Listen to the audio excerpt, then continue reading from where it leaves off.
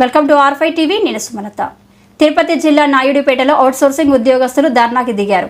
విద్యుత్ స్మార్ట్ మీటర్ల తాత్కాలిక ఉద్యోగుల వేతనాలు చెల్లింపుల విషయంలో న్యాయం కావాలంటూ రోడ్డెక్కారు. ఉద్యోగాల నియామకం సమయంలో ఇస్తామన్న జీతాలను సగానికి తగ్గించే నిర్ణయంపై ఆవేదన వ్యక్తం చేశారు.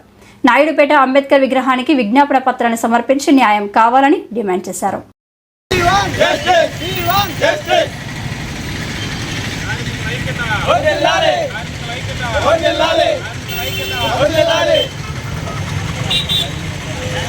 గత ఒక సంవత్సరం 2 సంవత్సరాల నుంచి మేము స్మార్ట్ మీటర్లు బిగిస్తున్నాము. ఈ సంవత్సరంలో మేము ఒక 1 year నుంచి మేము పనిచేస్తున్నాము. మా సమస్య ఏంటంటే మాకు ఇచ్చిన 6 నెలల నుంచి మాకు ఇచ్చిన ఆఫర్ లెటర్లో 30,000 శాలరీ నాకు ఇప్పుడు 30,000ని 17,000గా కుదిచ్చారు.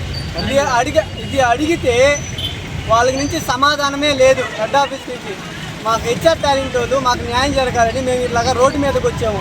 మా కుటుంబాలు ఇప్పుడు ఈఎంఐలు మాకు వచ్చే శాలరీల గురించి మేము ఎంతో బాధపడతా ఉన్నాము. ఇప్పుడు ఆ శాలరీలో కానీ కుదిస్తే మా కుటుంబాలు రోడ్లు పడాలి.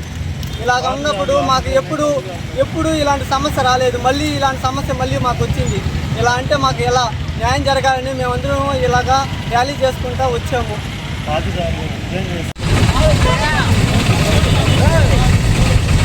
We want justice. We want justice.